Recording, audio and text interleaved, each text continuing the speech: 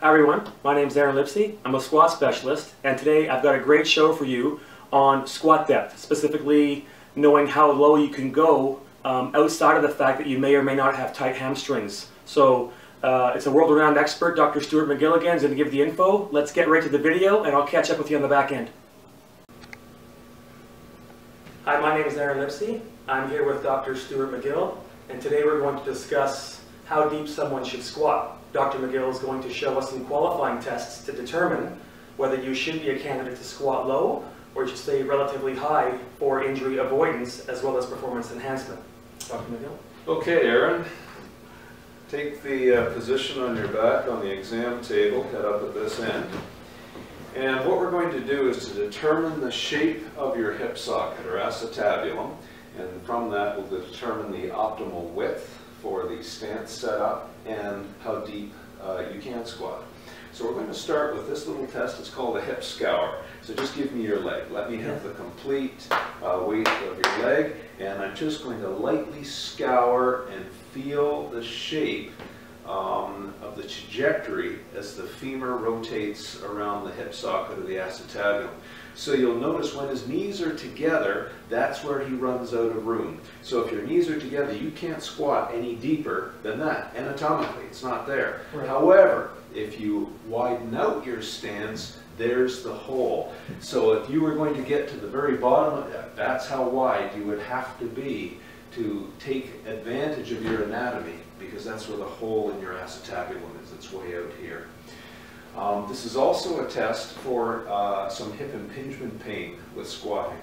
So I'm just scouring the labrum, which is the front of the hip, and if that's sore, you want to be very careful in squatting and impinging that.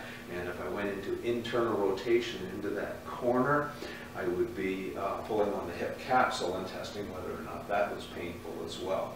So there's the first test where we start to get some first indicators on how deep a client or a patient can squat and how wide their knees should be.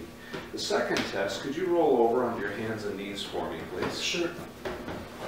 And now with your knees together, I simply want you to keep a little bit of stiffness in your core and take your pelvis and buttocks back and just touch your heels. So right there, we start to see the pelvis breaking away from the spine as we lose that natural curve.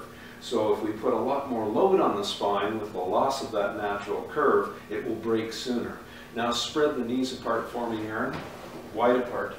Now lock in here, and we're just going to take the pelvis back, and you're starting to break right about there. So that's a little bit deeper in the squat with your knees that wide apart, but again, it would be not possible for you to squat very deeply to the very bottom of the hole without rounding out the bottom of your back, and it's just the anatomy of your hip joint. Right. And what you'll find is there's anatomical variation by your genetic group. The Poles, Eastern Europeans, Bulgarians, Western Russians, the Ukrainians typically have quite a shallow hip socket and a very high rate of hip dysplasia. Poland has a very high rate, as a matter of fact.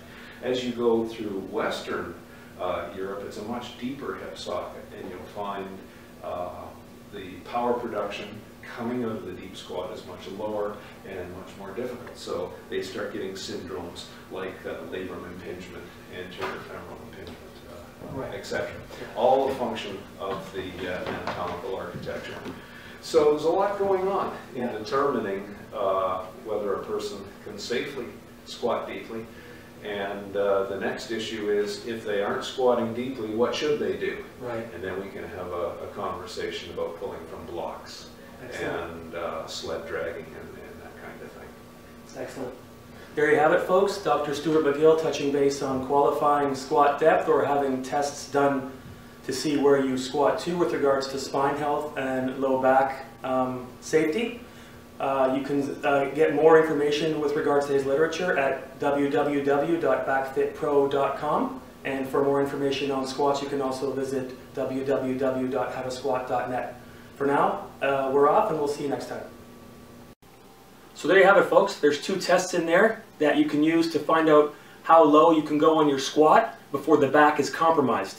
Now, as you saw in the video, Dr. McGill directed me to open up my stance a bit, which allowed me to go a bit deeper. So that's what people do when they do squats, is they might manipulate or change their stance to go a bit deeper, which allows the head of the femur to come outside the hip pocket. So although those tests are more clinical based, you can probably use one of them for yourself or have a buddy there and see if they can note the spine hinge. Needless to say, it is great content, great information. Be sure when you're squatting it's always a neutral curve and you don't get into a hip wink or a hip tuck or have the lumbar curve move outside of its neutral position. So if you want more information on Dr. McGill, you can visit www.backfitpro.com.